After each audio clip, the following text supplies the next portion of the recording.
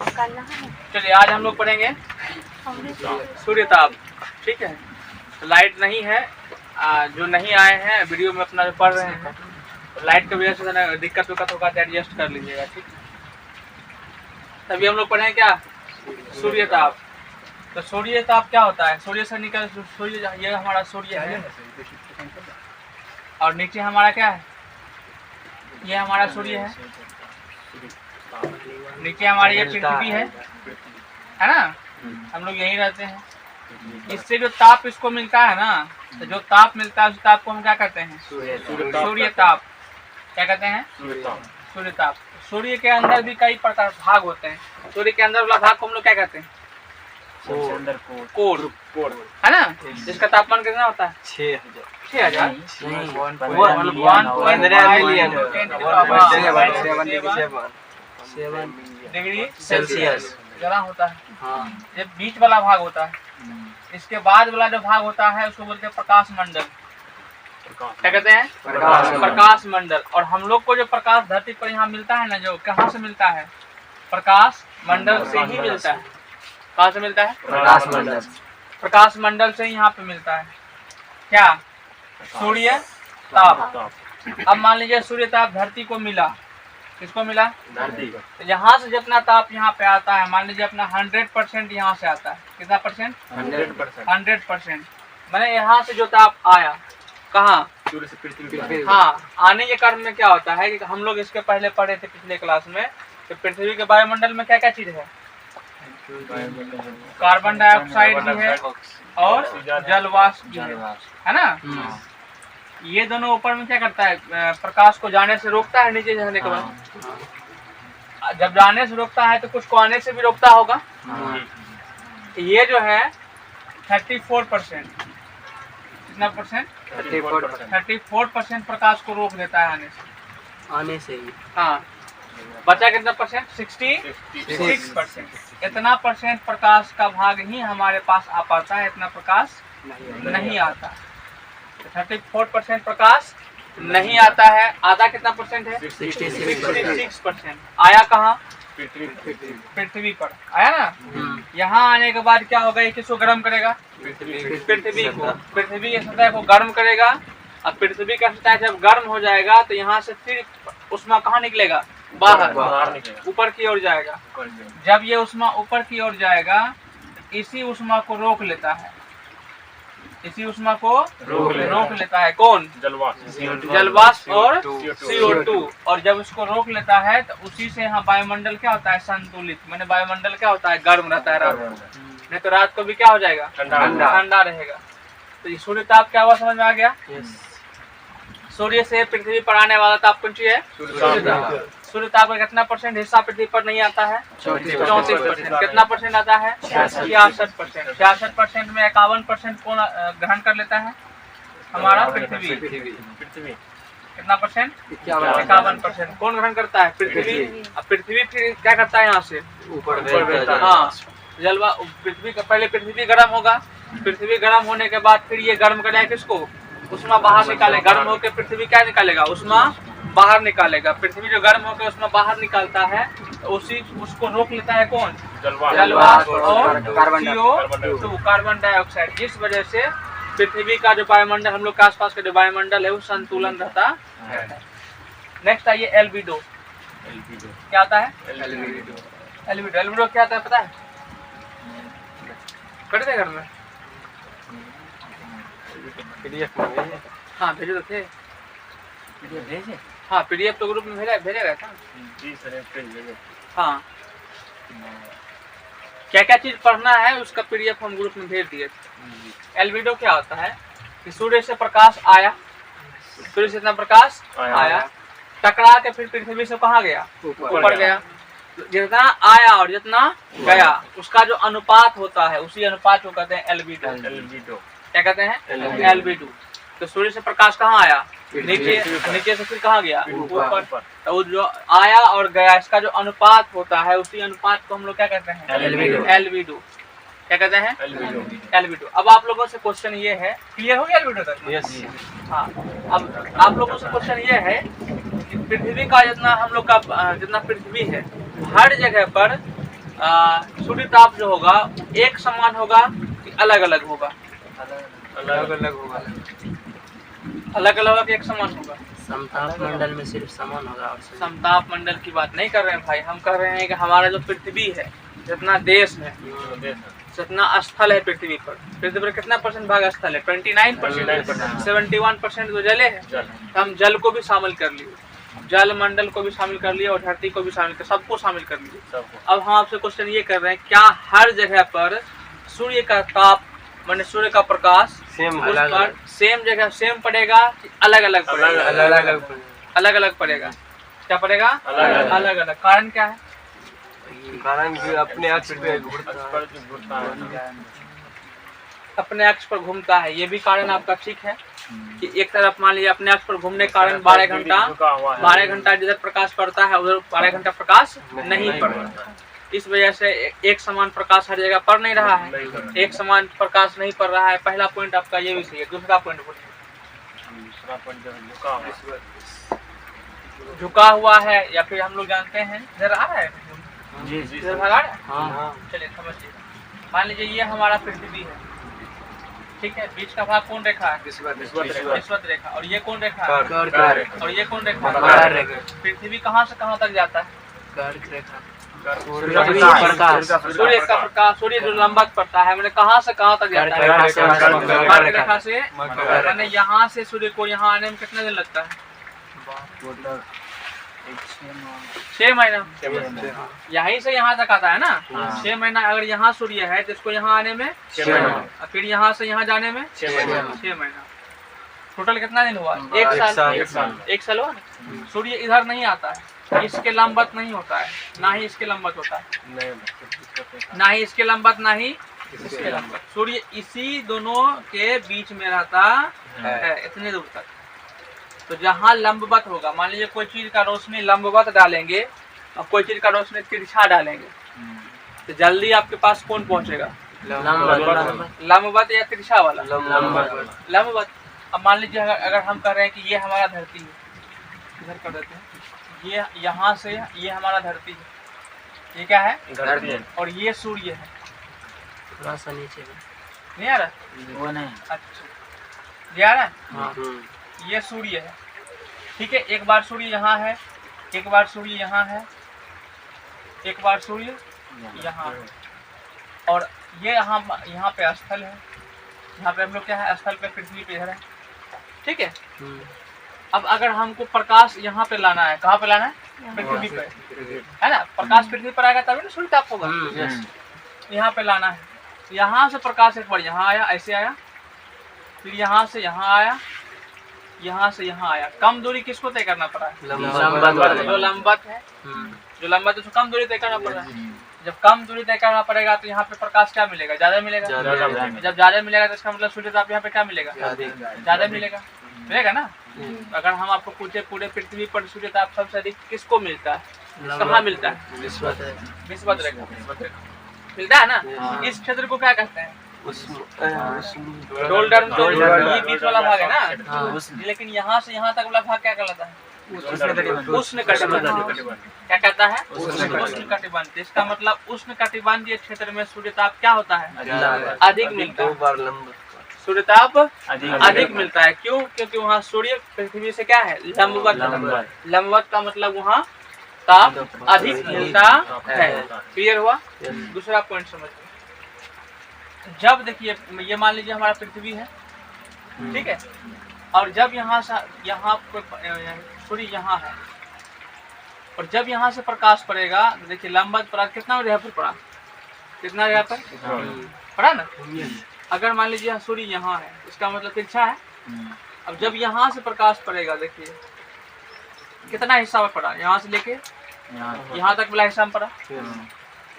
तो सूर्य ताप जब तिरछा होता है, जब सूर्य लंबवत नहीं होके तिरछा होता है, तो सूर्य पृथ्वी के ज्यादा जगह पर रोशनी देता है, ज्यादा जगह पर रोशनी आ जाता है। अब मान लीजिए कमाने वाले एक हैं, तो सूर्यदेव कमाने वाले कितने हैं? एक। अभी कमाते हैं 100 रुपया पर डे का। कितना रुपया? 100।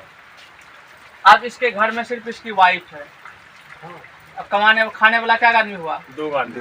दो आदमी। बच्चा हाँ, अब दूसरा कंडीशन में होगा ना। नेक्स्ट, अब दूसरा कंडीशन क्या है? कमा कितना रहा है? 100। अब इसको 5 बच्चा और है, तो कितना फैमिली हो गई टोटल?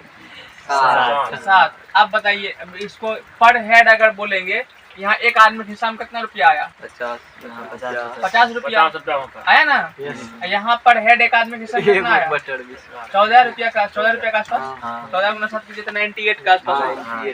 तो ज्यादा किसको रुपया मिल रहा है? जब कम आदमी पर, जब कम आदमी था, ज्यादा हो गया था तो रुपया बट गया। तो वही बात यहाँ है। उसमें तो सेम ही आ रहा है ना, यहाँ से यहाँ से आया, क्या है यहाँ से, लेकिन यहाँ उसमें ग्रहण करने वाला जो है तनी और यहाँ उसमें ग्रहण करने वाला ज्यादा है। तो जब बांटेंगे तो एक हिसाब कितना मिलेगा? तनिए को नहीं मिलेगा। तो इस वजह से जहाँ पे सूर्य की किरण तिरछी पड़ती है, जहाँ सूर्य किरण तिरछी पड़ती है, वहाँ सूर्य की रोशनी पृथ्वी पर ज्यादा जगह छेकता है। ज्यादा जगह छेकने की वजह से वहाँ सूर्य ताप क्या होगा? कम होगा। और जहाँ पे लंबवत पड़ती है वहाँ कम जगह छेकता है, तो वहाँ सूर्य ताप क्या होगा? अधिक होगा। क्लियर हुआ सूर्य? कोई दिक्कत, कोई परेशानी है तो बोलिए। कम लग रहा है? देरी हो गया। नेक्स्ट आगे बढ़े। क्लियर हुआ ना? किसी को डाउट है तो बोल सकते हैं, है ना? है नेक्स्ट आगे और बढ़ते हैं। अब देखिए, कहीं कहीं पे हम लोग देखते हैं कि जैसे हम लोग अभी खगड़िया में है, तो खगड़िया का ताप और बगल का जिला मान लेते हैं हम लोग भागलपुर का ताप, इधर का बगल हम ले लेते हैं सहरसा का ताप हो, इधर दरभंगा, इसका ताप इधर समस्तीपुर, है ना, इधर बेगूसराय। अब बताइए, इस सब का ताप खगड़िया के बराबर होगा कि अलग अलग होगा? क्यों? सब जगह सभी तरह से लंबत पड़े, मतलब सूर्य अलग हम लोग के ऊपर जो है कार्बन डाइऑक्साइड है ना? इस जगह के ऊपर में क्या है? कार्बन डाइऑक्साइड है, जलवाष्प है। कहीं जलवाष्प की मात्रा अधिक होगा, कहीं जलवाष्प की मात्रा अधिक कम होगा, कहीं धूलकण ज्यादा होगा, कहीं धूलकण कम होगा। तो बहुत सारे ऊपर में जितना गैस है उस सब का प्रभाव पड़ता है, डिपेंड करता है कहाँ पे कितना कितना चीज है। अब सभी जगह एक समान रहता है? जब सभी जगह एक समान नहीं रहेगा तो ताप भी सभी जगह एक समान नहीं होगा। तो सूर्य ताप कहीं पे ज्यादा होगा, कहीं पे कम होगा। ये डिपेंड करता है हमारे आसपास के वायुमंडल में कौन चीज कितना ज्यादा है। कहीं जलवाष्प ज्यादा होगा तो वहाँ तापमान अलग था, सूर्य ताप अलग होगा। कहीं तापमान जलवाष्प कम होगा तो वहाँ सूर्य ताप क्या होगा? अलग होगा। तो ये आसपास के वायुमंडल के कंडीशन के ऊपर भी डिपेंड करता है। क्लियर हुआ? अभी जैसे हमारे ऊपर, जैसे मान लीजिए अभी हम यहीं की बात करते हैं कि हाँ हम लोग जहाँ भी पढ़ा रहे हैं, बारिश हो रहा है, इसके ऊपर में क्या है? वायुमंडल तो है ही, लेकिन बादल बहुत ज्यादा है ना। अभी आपको क्या लगता है कि सूर्य नहीं निकला होगा? निकला। सूर्य तो अपना जगह ही पर है, तो निकलने होगा, लेकिन रोशनी आपको मिल रहा है। रोशनी नहीं मिल रहा तब ना मोबाइल जला रहे हैं। रोशनी मिलता है मोबाइल जलाते हैं। रोशनी नहीं मिल रहा है, क्यों नहीं मिल रहा है? सूर्य ताप आइए, सूर्य का रोशनी नहीं आ रहा है, क्या छेक लिया? बादल छेक लिया। अब जिस जगह पर बारिश नहीं हो रहा है, मान लीजिए मुंबई की बात करते हैं, दिल्ली की बात करते हैं, वहाँ तो ऐसा मौसम नहीं होगा। क्यों नहीं होगा? वहाँ बादल नहीं होगा। बादल नहीं होगा तो वहाँ रोशनी आता होगा। क्लियर हुआ? तो कुल मिला के हम आपको ये समझना चाह रहे हैं कि हमारे आसपास के वायुमंडल के ऊपर में जो कंडीशन होता है उस पर भी सूर्य ताप का प्रभाव पड़ता नहीं है। क्लियर हो गया ना? नेक्स्ट आइए, वायुमंडल गर्म होने का कारण क्या है? वायुमंडल गर्म होने का कारण क्या है? गर्म होने का एक्चुअली हम लोग पढ़े थे कि गर्म होने का मतलब होता है, कोई चीज गर्म कब होता है? जब उसको ऊष्मा प्राप्त होता है, जब उसको एनर्जी प्राप्त होता है। अगर उसको एनर्जी प्राप्त हुआ है इसका मतलब वो चीज गर्म होगा। अगर एनर्जी प्राप्त नहीं होगा तो इसका मतलब गर्म नहीं होगा। एनर्जी हम ले रहे हैं, क्या होगा? ठंडा होगा। और ऊष्मा अगर हम दे रहे हैं तो गर्म होगा। अभी हम क्वेश्चन आपको क्या किए हैं? वायुमंडल गर्म होने का कारण क्या है? तो वायुमंडल गर्म होने की बात हम कर रहे हैं, इसका मतलब उसको ऊष्मा मिल रहा है कि ऊष्मा निकाल रहे हैं? ऊष्मा मिल रहा है ना। तो ऊष्मा एक जगह से दूसरा जगह जाने का कितना तरीका होता है? ऊष्मा जब फिजिक्स पढ़ाए थे तो उसमें बात बताए थे, संवहन। 3 तरीका होता है, चालन, संवहन और विकिरण। चालन किस में होता है? ठोस में। ठोस में। और संवहन किस में होता है? द्रव और गैस दोनों में होता है। और विकिरण किस में होता है? निर्वात और गैस। निर्वात और गैस। अब ये बताइए, हमारे वायुमंडल में ठोस कण आपको मिलता है? बहुत कम मिलता है। जब ठोस कण बहुत कम मिलेगा तो इसका मतलब वहाँ पे चालन बहुत कम होगा कि बहुत अधिक होगा? बहुत कम होगा, माने ना के बराबर होता है, बहुत कम होता है। जिस वजह से हम लोग कहते हैं वायु जो होते हैं उष्मा के कुचालक होते हैं। वायु उष्मा क्या है? कुचालक है। अगर वायु उष्मा का कुचालक नहीं होता तो मान लीजिए यहाँ आसपास हर जगह तो वायु है, अगर इस जगह अगर हम गर्म करते तो रोड पे गर्म होना चाहिए, लेकिन गर्म नहीं होता है। तो इसका मतलब थोड़ा दूर तक गर्म होता है, ऐसा नहीं थोड़ा दूर तक गर्म नहीं। यहाँ गर्म किए तो बगल दूर तक गर्म होता है, लेकिन पूरा दूर तक गर्म नहीं होता। इसका मतलब क्या हुआ? कुचालक, मैंने उसमें चालन का गुण बहुत कम है। चालन का गुण जिसमें होगा वो सुचालक हो जाएगा। सुचालक का मतलब क्या हुआ? एक जगह पर गर्म किए दूसरे जगह भी गर्म हो गया, उसको कौन जी कहेंगे? सुचालक, यही कहते हैं। लेकिन हम लोग जो बात कर रहे हैं अभी, एक जगह पर गर्म कर रहे हैं, दूसरे जगह गर्म नहीं हो रहा है, तो जिसके अंदर सुचालक, जो सुचालक होगा इसका मतलब उसमें चालन का गुण होगा। चालन में तो हम लोग यही पढ़े हैं कि एक कण को गर्म करेंगे, दूसरा कण ऊर्जा किसको देगा? दूसरा कण को देगा, लास्ट वाला तक पहुंचाएगा। लास्ट में ऊर्जा मिल गया, मतलब वहाँ भी गर्म हो गया, तो इसको हम लोग कहते हैं चालन। चालन किस में होगा? सुचालक में होगा। सुचालक वाला में ठोस में। मैक्सिमम हम लोग कहाँ पढ़ते हैं? ठोस में।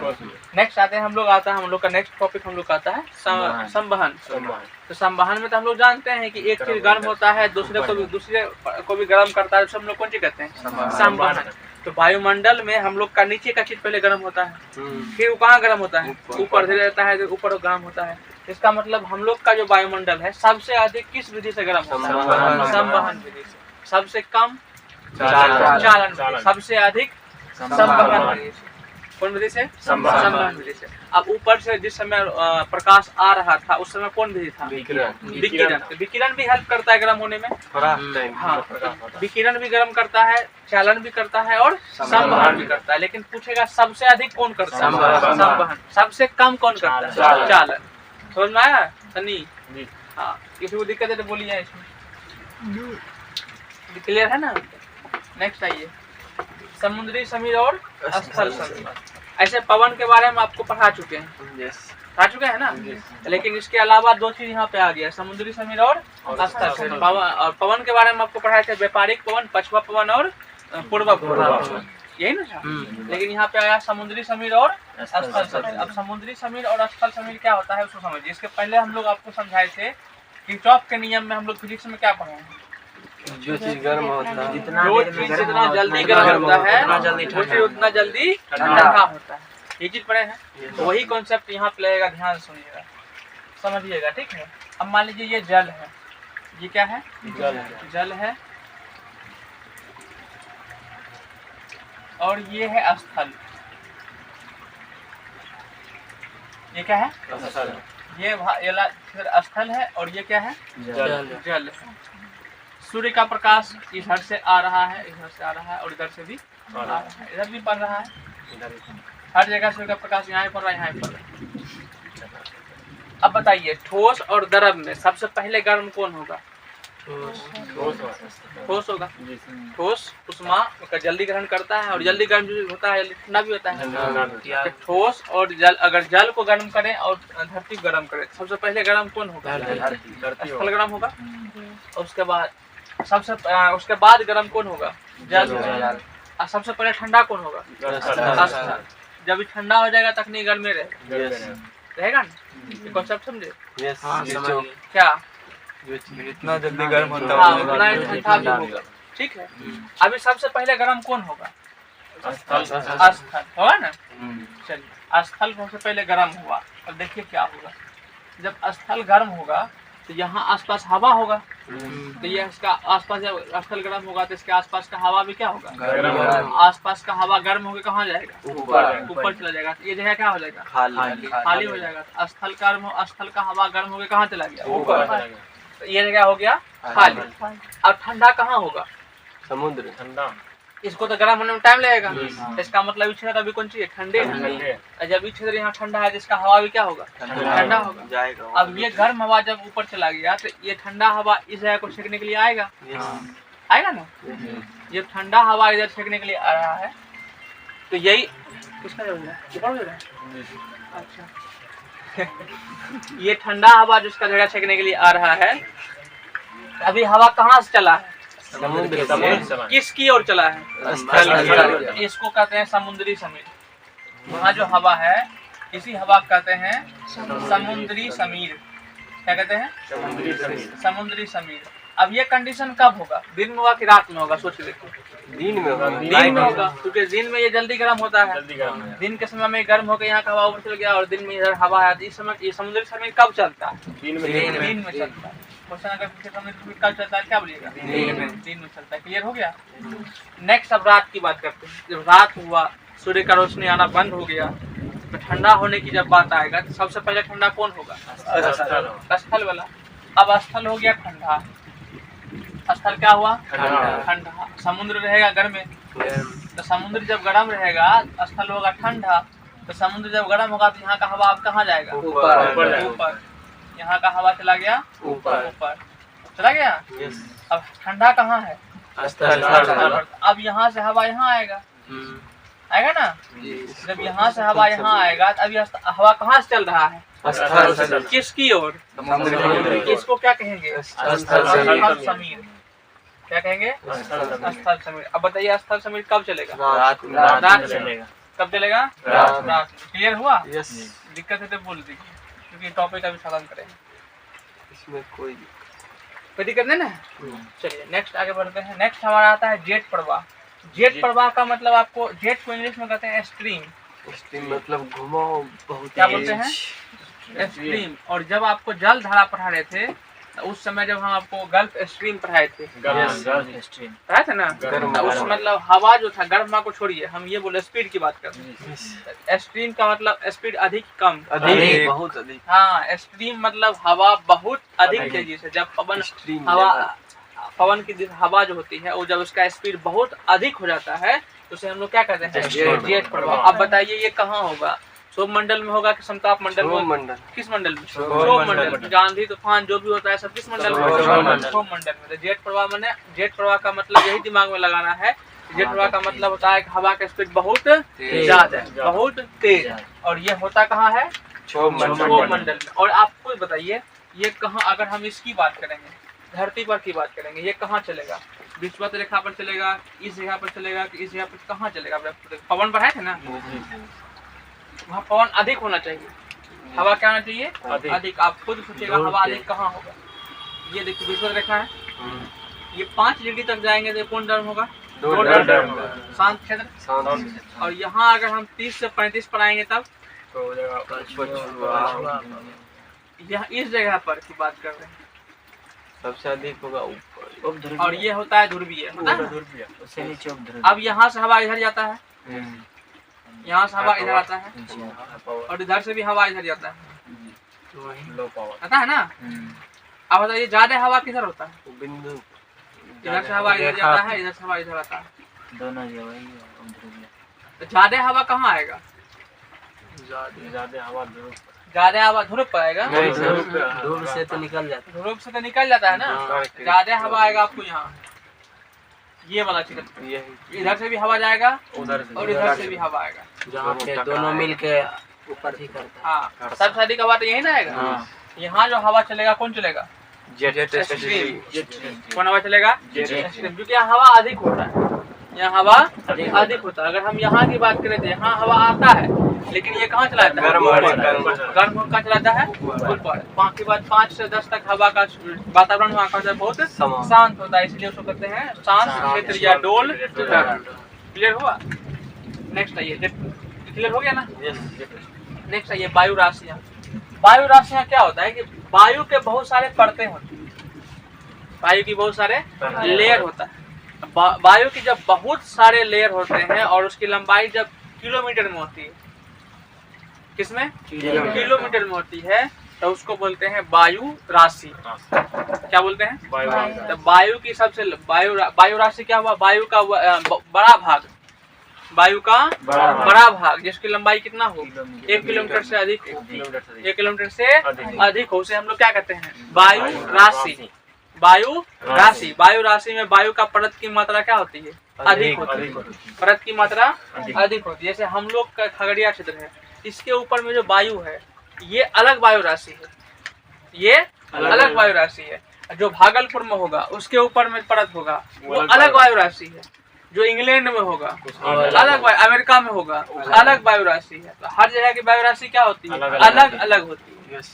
हर जगह की वायु राशि अलग अलग होती है। मौसम में अब जब दो वायु राशि, एक वायु राशि मान लीजिए समुद्र के पास जो वायु राशि होगा वो अलग होगा, स्थल पर जो वायु राशि होगा वो अलग होगा। कभी कभी यही दोनों वायु राशि जब टकरा जाता है तो चक्रवात आता है।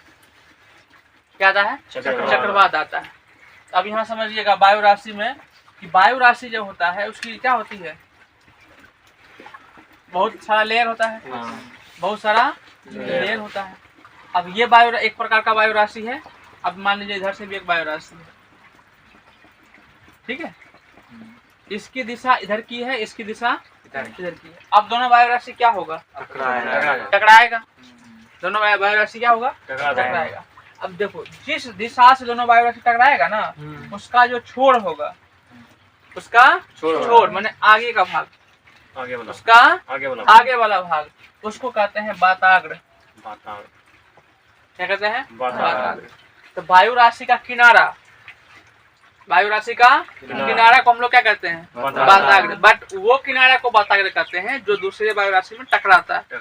किनारा तो इधर भी होगा, किनारा तो इधर भी होगा, इधर भी होगा, इधर भी होगा, लेकिन टकरा कौन रहा है? आगे वाला, ये वाला। तो ये वाला भाग क्या कहलाएगा? वाताग्र। अब इसका भी ये वाला भाग क्या कहलाएगा? वाताग्र। अब क्वेश्चन अगर पूछे चक्रवात किस कारण से आता है? वाताग्र के कारण से। जब तक दो वायु राशि नहीं टकराएगा तो वाताग्र बनेगा ही नहीं। अगर वाताग्र कब बनेगा? जब वायु राशि टकराएगा तभी ना। अब नहीं टकरा रहा है, खाली घूम रहा है, आपको पता नहीं चलेगा इसका वाताग्र किधर होगा। जब कुछ दो और इधर से वो जा रहा है, उधर से भी आ रहा है, अब देख लिए कि टकराने वाला है, तब आप समझ जाइएगा कि इसका वाताग्र इधर है, इसका वाताग्र इधर है। जब टकराने वाला होगा तब, जैसे यहाँ टकराने वाला है ना, इसका वाताग्र इसका वाताग्र। क्लियर हुआ? किसी को डाउट है तो बोलिए। तो चक्रवात का एक कारण बनता है क्या? क्लियर हो गया ना बेटा? चलिए अब देखिए कभी कभी क्या होता है कि अगर ठंडी वायु, कौन वायु? ठंडा है, ये क्या है? गर्म है। अब ये मिलेगा तो चक्रवात होगा। क्या होगा? चक्रवात होगा। जब ठंडी वायु गर्म वायु दोनों टकराती है तो ठंडी वायु और गर्म वायु को की ओर धक्का देती है। किसकी ओर? जैसे ये ठंडी वायु है, इसके ऊपर में गर्म वायु मान लीजिए है, जो गर्म वायु ऊपर होता है, ठंडा वायु कहाँ होता है? नीचे होता है। अगर ये वाला वायु इस वायु को धक्का देगा तो अगली बार वाताग्र किधर होगा? ये वाला भाग। अगर ये इसको धक्का देगा तो इसको कहते हैं शीत वाताग्र। क्या बोलते हैं? शीत वाताग्र। क्या बोलते हैं? शीत वाताग्र। अगर धक्का दिया और कोई एक दूसरे के ऊपर नहीं, वो अपना अपना रास्ता से चलते रह गया तो उसको कहते हैं अचर वाताग्र। क्या बोलते हैं? अचर में कोई फर्क नहीं पड़ा, अपना काम करते रह गया, क्या बोलते हैं इसको? अचर वाताग्र। अब वाताग्र वाला कोई भी टॉपिक आप पढ़िएगा तो आपको समझ में आ जाएगा कि किस टॉपिक के हिसाब से क्या बोल रहा है। ठीक है, क्लियर हो गया? नेक्स्ट हम लोग अभी क्या पढ़ेंगे? ओस, पाला। पाला को ही हम लोग क्या कहते हैं? तुषार। उसके बाद कोहरा, कुहासा। ठीक है, नेक्स्ट समझिएगा। वाष्पीकरण आप पढ़ा चुके हैं? वाष्पीकरण क्या होता है? जब कोई ऊपर का गर्म होकर ऊपर उठ जाता है। हाँ, जैसे मान लीजिए ये आपका क्या है? पानी है। सूर्य का प्रकाश इस पे पड़ेगा तो इससे वाष्प निकलेगा। तो ये वाष्प निकलेगा नहीं, ये वाष्प बन के ऊपर चला जाएगा। ये पानी वाष्प बन के कहाँ चला जाएगा? ऊपर चला जाएगा। ऊपर गया। ऊपर जाने के बाद अब ये वाष्प पहले ऊपर जब गया तो क्या हुआ, ठंडा होगा, अभी गर्म है। जैसे जैसे ऊपर जाएगा तापमान क्या था, हम लोग पढ़ेंगे ऊपर जाने पर तापमान घटता है। जैसे जैसे ऊपर जाएगा तापमान क्या होगा, घटते जाएगा। तापमान घटते जाएगा, तो घटने के बाद जब बहुत सारे जलवाष्प आपस में मिल जाते हैं, बहुत सारे जलवाष्प आपस में मिल जाते हैं, तो उसी को हम लोग कहते हैं बादल। क्या बोलते हैं, बादल। समझ में आया, समझिएगा। वाष्पीकरण हुआ, जल बन के कहाँ गया, ऊपर। अब इसका क्या हुआ, जलवाष्प बहुत सारे जब जलवाष्प आपस में मिल जाते हैं तो किसका निर्माण करते हैं, बादल का निर्माण करते हैं। बादल का ताप जो होता है कम होता है, अधिक होता है, कम होता है। और इसका घनत्व क्या होता है, अधिक, बहुत कम। घनत्व क्या होता है, बहुत कम। घनत्व तो अधिक रहता था, ये मोटा नहीं रहता है, मोटा रहता है, भारी रहता है, वो नीचे आ जाता। अब घनत्व कम है, बहुत कम है, यही कारण है कि ऊपर में हवा में तैरता है। अगर हवा से ज्यादा घनत्व हो जाता बादल का तो नीचे पर धाम आया था, लेकिन घनत्व इसका क्या होता है, बहुत कम। इस वजह से हवा में क्या कहता है, तैरते रहता है। तो अगर पूछेंगे बादल का घनत्व क्या होता है, कम। बादल घनत्व कम। बादल में जलवाष्प की मात्रा होती है अधिक, जलवाष्प की मात्रा होती है अधिक। यही बादल अब होगा क्या, समझिएगा। ऊपर में बादल जा रहा है, नीचे में हमारा क्या है, स्थल है। नीचे में क्या है, स्थल है। ये क्या होगा, गर्म होगा। ये क्या होगा, गर्म होगा। जब अधिक गर्म होता है तो इसके ऊपर में एक संवहनीय एक हवा चलती है, इसके साथ में वो हवा कहते हैं संवहनीय हवा। कौन हवा, कहाँ से चलती है, स्थल के ऊपर से। मैंने स्थल गर्म होता है, स्थल वायु गर्म करता है, वायु वही गर्म वायु क्या होता है, आगे हवा के रूप में आगे बढ़ने लगता है। यही संवहनीय हवा में जब बादल फंस जाता है, अब बताइए बादल क्या होगा, ठंडा होगा ना। ये हवा क्या होगा, गर्म। अब गर्म हवा है, ठंडा है, इसमें टकराएगा तो बादल को क्या करेगा, गर्म। जब बादल को गर्म करेगा तो पानी बन के कहाँ आएगा, नीचे। तो जब संवहनीय हवा में बहुत सारे बादल फंस जाते हैं तो उस समय जो वर्षा होती है उसे कहते हैं संवहनीय वर्षा। क्या कहते हैं, और सबसे अधिक वर्षा जो होती है इसी हवा के कारण होती है। किस हवा के कारण, संवहनीय वर्षा के संवहनीय हवा के कारण बहुत पुरजोर वर्षा होती है। अब मान लीजिए ये बादल है, ये ठंडा है और हवा के साथ आगे बढ़ रहा है, हवा के साथ आगे बढ़ रहा है। अब रास्ते में इसको कहीं पेड़ उड़ नहीं मिला, पहाड़ उहाड़ कुछ नहीं मिला, ये आगे बढ़ते रह जाएगा, उसको रोकने वाला कोई है ही नहीं।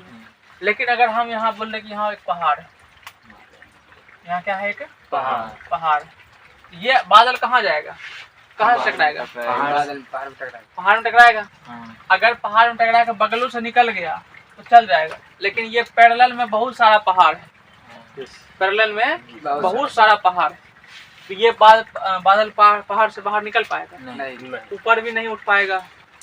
जितना उठने का था उतना वो तो उठा ले पहले से, ये ऊपर भी नहीं उठ पा रहा है, बादल में क्या हुआ, फंस गया। अब बादल में जब फंस जाएगा तो यहाँ पे ये बादल आया, अब फिर दूसरा बादल इधर से आएगा, फंस के यहीं रह जाएगा, फिर नेक्स्ट बादल आएगा, फंस के यहीं रह जाएगा। जब बहुत सारा बादल आपस में मिल जाएगा तो उसका ताप धीरे धीरे क्या होता जाएगा, बढ़ना शुरू हो जाएगा। जब उसका ताप बहुत ज्यादा बढ़ना शुरू हो जाएगा तो इस वजह से भी यहाँ पे क्या होगी, वर्षा होगी। इसको बोलते हैं पर्वतीय वर्षा।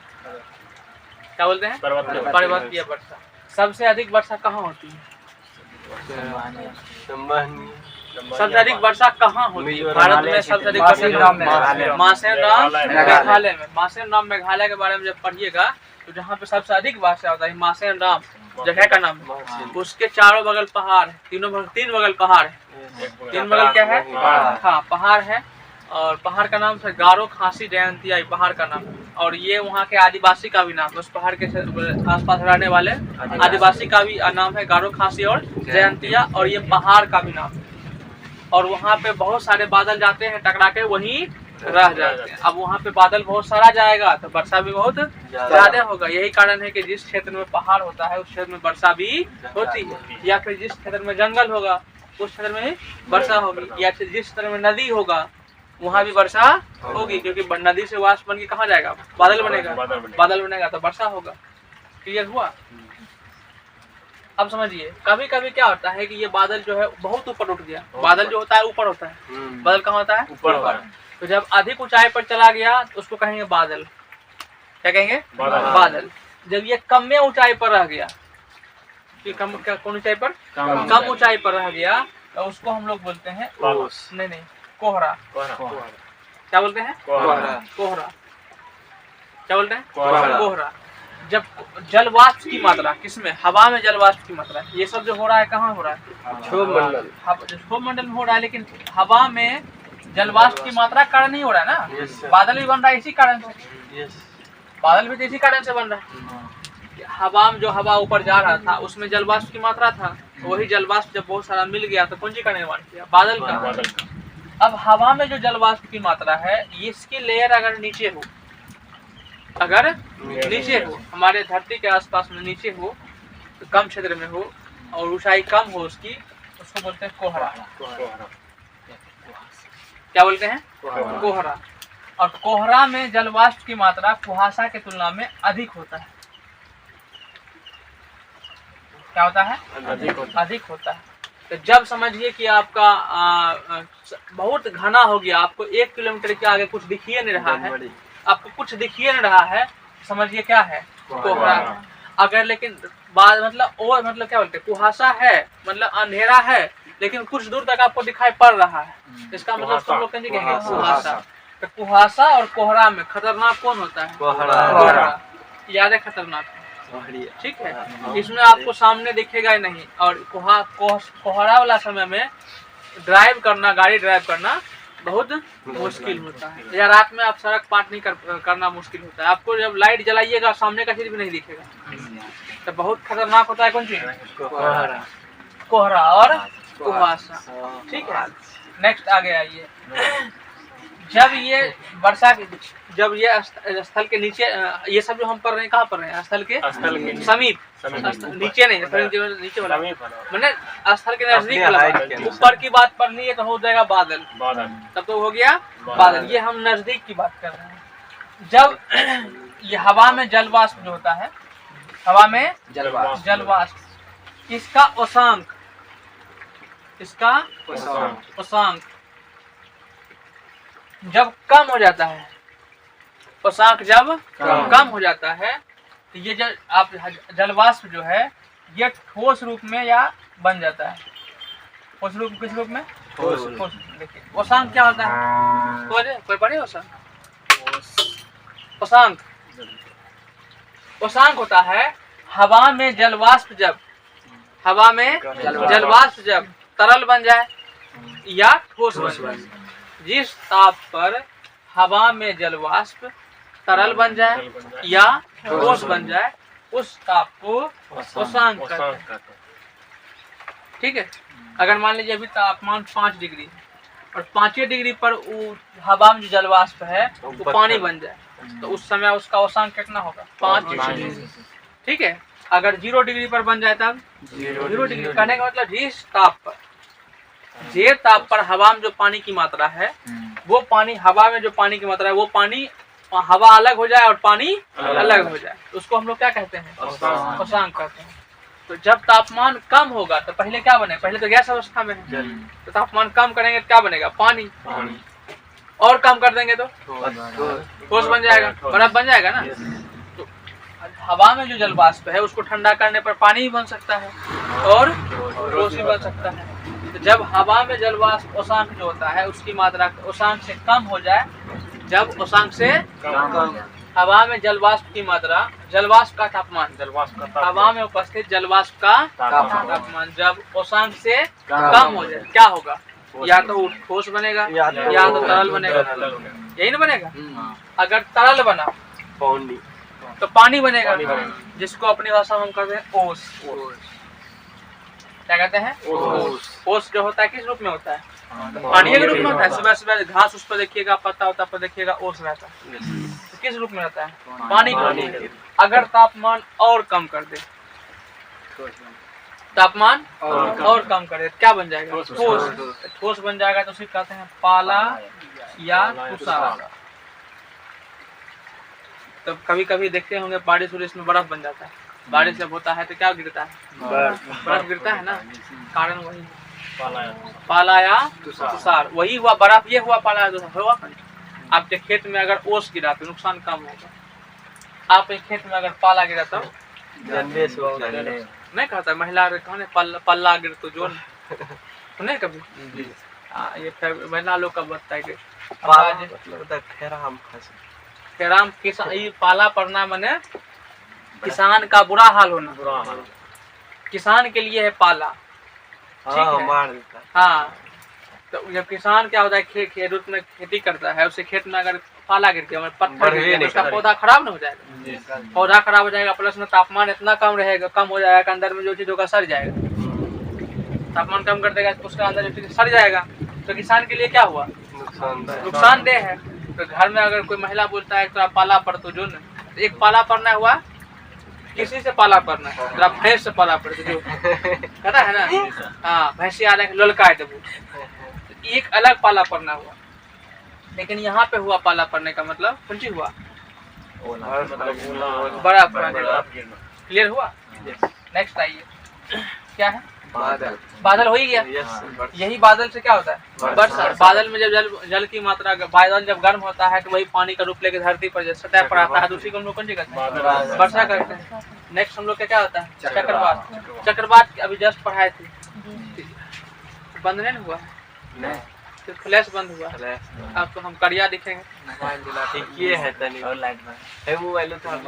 चलो ठीक है पढ़ लो, दो पॉइंट बचा है मोबाइल से जला के वहाँ कुछ, अरे छोड़ ने पढ़ लो ना, दो पॉइंटे बचा है, इम्पोर्टेंट तुम्हें पढ़ना है कि इम्पोर्टेंट हमारा गोरा होना है।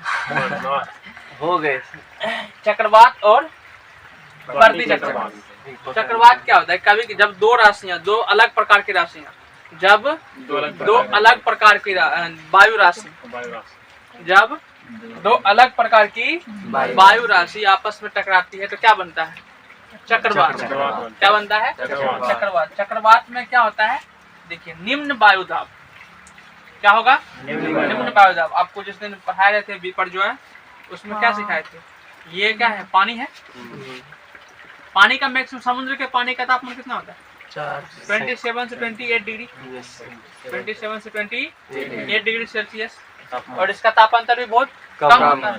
किसी कारणवश से इसका तापमान अगर बढ़ जाए, इसका तापमान बढ़ जाए तो यहाँ का हवा गर्म होकर कहाँ बैठा, बाहर चले जाता है, और इसी जगह को खाली जगह को छेकने के लिए बाहर से क्या आता है, हवा आता है, और इसकी मात्रा जब अधिक हो जाता है तो इस कौन सी का रूप ले लेती है, चक्रवात। अगर जब तक हवा है तब तक ठीक है, लेकिन वायु राशि ही पूरा का पूरा वायु राशि ही आने लगेगा तो क्या हो जाएगा, अभी चक्रवात। अभी जस्ट पढ़े थे यहाँ वायु राशि, वायु राशि की लंबाई लगभग 1 किलोमीटर से अधिक होती है, 1 किलोमीटर से अधिक होती है। जब वायु राशि वाला बात आ जाएगा तो उसको कहते हैं चक्रवात। क्या कहते हैं, चक्रवात। अब देखिए चक्रवात में क्या होता है, अब यहाँ पे वायु की मात्रा कम है कि अधिक है,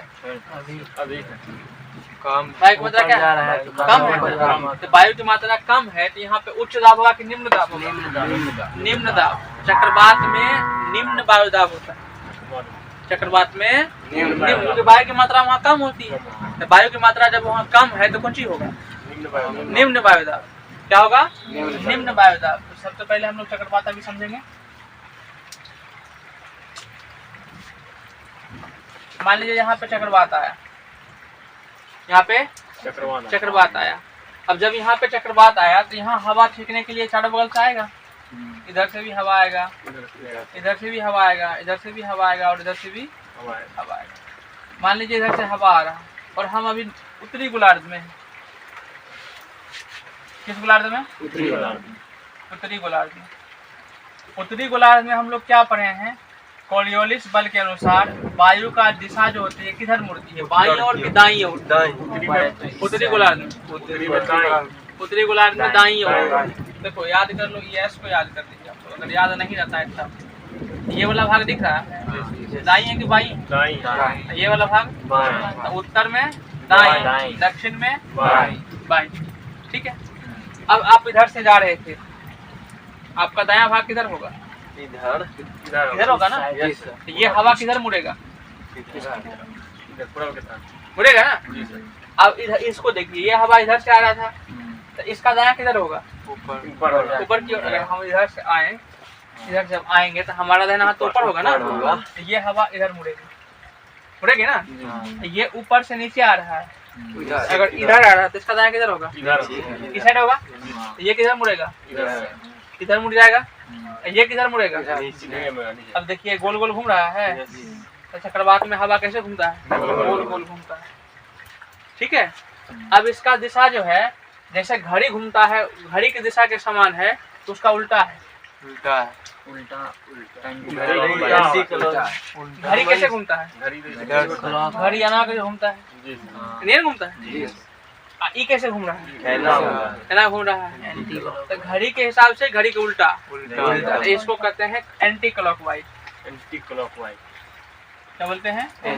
माने घड़ी के विपरीत दिशा, घड़ी के विपरीत दिशा, एंटी क्लॉकवाइज।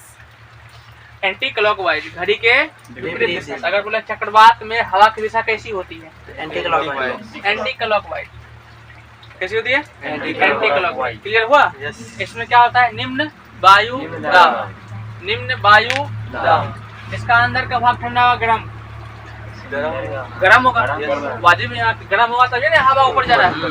यहाँ अंदर का भाग क्या होगा? गरम। इसमें किसी को दिक्कत है तो बोलिए। चक्रवात हुआ? अच्छा, चक्रवात की आकृति कैसी होती है? अरे आकृति नहीं, ये तो घूम रहा है गोलाकार, हवा ना गोलाकार है। आकृति कैसी होती है? ये छोटा आकार से शुरू होता है घूमना, आगे जाके इसकी आकार क्या होती है? बढ़ते जाती है। आगे जाके इसकी आकार बढ़ते जाती है। किस आकार में बन रहा है? शंकु आकार में, बी किस आकार में है? तो चक्रवात की जो आकृति होती है कैसे आकृति होती है? और हवा की जो दिशा होती है कैसी होती है? गोल। गोल में कैसी? Anti clockwise. चक्रवात में होता है निम्न वायुदाब। क्या होता है? और होता है हाई टेम्परेचर। क्लियर हुआ? इसी का जस्ट उल्टा क्या होगा? प्रति चक्रवात। तो प्रति चक्रवात में क्या होगा? अंदर ठंडा, अंदर ठंडा, हवा बाहर की ओर, हवा बाहर की ओर। और अब नहीं क्लॉकवाइज कैसे? उल्टा बोले हाँ क्लॉकवाइज, ठीक है। ये हम लोग किस अथी में बात किए? हम लोग चक्रवात उत्तरी गोलार्ध में। किस गोलार्ध में? उत्तरी गोलार्ध। अगर हम दक्षिणी गोलार्ध में बात करें, ये हमारा क्या है? मान लीजिए यहाँ चक्रवात आया, यहाँ का भाग क्या होगा? गरम। इधर से भी हवा आएगा, इधर से भी हवा आएगा, इधर से भी आएगा। अब ये किधर की ओर मुड़ेगा? बाईं ओर। हम लोग पढ़े हैं ये किसकी? दक्षिणी गोलार्ध में किधर मुड़ेगी? बाईं ओर। अगर इधर से जा रहा है, इसका बायां किधर होगा? ऊपर। ये इधर मुड़ गया, ये इधर मुड़ेगा, ये इधर, ये इधर। अगर दक्षिणी गोलार्ध में चक्रवात आया है तो इसकी दिशा कौन सी होगी? क्लॉक। क्या होगी? क्लॉकवाइज है ना, क्लॉकवाइज। दोनों में सेम एक के अंतर है। अगर उत्तरी में आया एंटी क्लॉक, दक्षिणी में आया तो क्लॉकवाइज। तो प्रति चक्रवात में भी हमको देखना है कि बात किस गोलार्ध की हो रहा है। अगर उत्तरी गोलार्ध में होगा तो क्लॉकवाइज, दक्षिणी गोलार्ध में होगा एंटी क्लॉकवाइज। इसी का जस्ट उल्टा कर देना, समझे? ठीक।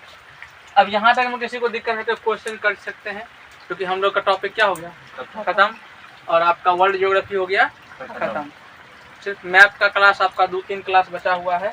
इसमें आपको बताएंगे एशिया में कौन कौन देश है, यूरोप में कौन कौन देश है, अफ्रीका में कौन कौन देश है। बाकी बात टॉपिक आपका प्रॉपर हो गया खत्म। इसके बाद जो भी टॉपिक बचता है वर्ल्ड का विविध का टॉपिक, वो आप याद कीजिएगा। बाकी बात कल से हम लोग का भारत का भूगोल स्टार्ट हो जाएगा। कल से अपना इंडिया के बारे में पढ़ेंगे कि घर में किसी के पास अगर भारत का नक्शा होगा तो जब तक इंडियन ज्योग्राफी क्लास चलेगा तब तक अपना नक्शा डेली लेकर आइएगा। तो नक्शा पे पढ़िएगा तो ज़्यादा समझ में आएगा। वर्ल्ड मैप है तो मैप पढ़ाएंगे तो 2-3 दिन में क्लियर हो जाएगा। तो अलग है, जब अभी खाली इंडिया का पढ़ना ही है, इंडिया का अलग अलग से खाली इंडिया का ही पढ़ना है तो इंडिया का मैप ले लीजिएगा। हाँ, इंडिया में भारत में क्या क्या चीज़ पाया जाता है, अब खाली भारत के बारे में ही पढ़ना है। एटलस है एटलस है तो ठीक है, ले लीजिएगा। एक मैप सादा प्रत्येक दिन लेकर आइएगा। ठीक है, अब लेकर आइए, मान लीजिए हम अक्षांश पढ़ा रहे हैं, भारत का अक्षांश विस्तार कहाँ से कहाँ तक है, तो वहाँ अक्षांश जब पढ़ाएंगे तो अपना फिगर में डाल दीजिएगा। फिगर में डाल दीजिएगा तो आपको ज़्यादा याद रहेगा। ये आप ही लोग के, बाकी कोई टॉपिक में दिक्कत नहीं है जो पढ़ाए हैं।